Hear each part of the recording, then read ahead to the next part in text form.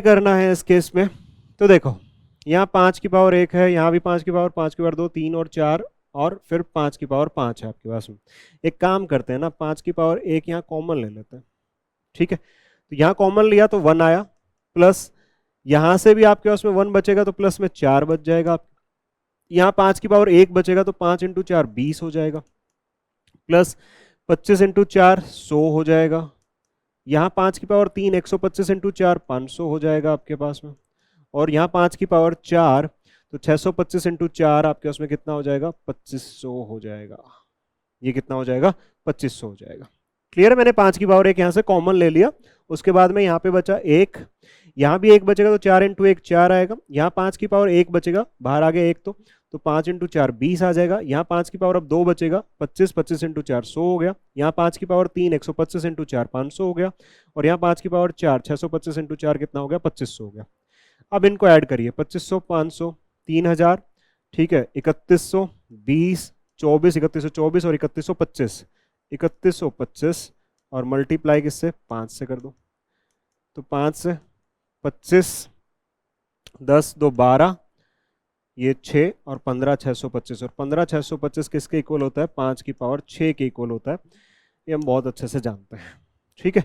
5 की पावर 6 आपके पास में, इसीलिए तो बोला जाता है कि जो भी बच्चे कंपटीशन की प्रिपरेशन कर रहे हैं ना, उनको 2 की पावर 10 तक की वैल्यूज याद होनी चाहिए, 3 की पावर 5 तक, 5 की पावर 5 तक, ये वैल्यूज आपको याद रखनी पड़ेंगी, ठीक है।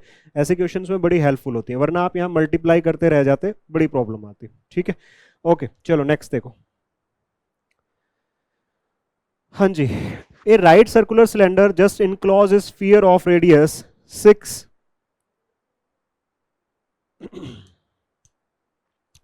स्फीयर ऑफ रेडियस 6 सेंटीमीटर, ठीक है, कोई दिक्कत नहीं है। उसके बाद में कह रहा है if A and B are their curved surface areas, then इनमें से कंडीशन बतानी है कि ए और बी कर्व्ड सरफेस एरिया है तो क्या क्या कंडीशन होंगी। तो सबसे पहली चीज तो ये दी गई है हमें कि एक जो है स्फीयर वो एक सिलेंडर में इनक्लोज्ड है, ठीक है। ये इसको टच कर रहा, यहाँ ये इसको टच कर रहा होगा यहाँ पे, ठीक है। ये इनक्लोज्ड है इसके अंदर में। तो अगर ये इनक्लोज्ड है और इसकी रेडियस जो है वो कितनी दे रखी है, 6 सेंटीमीटर दे रखी है। इट मीन्स यहाँ से ये भी 6 हो जाएगा, ये भी 6 है और ये भी 6 है। तो हाइट सिलेंडर की कितनी हो जाएगी आपके उसमें, 12 सेंटीमीटर, ठीक है। और आपको बाकी सारी चीजें पता है।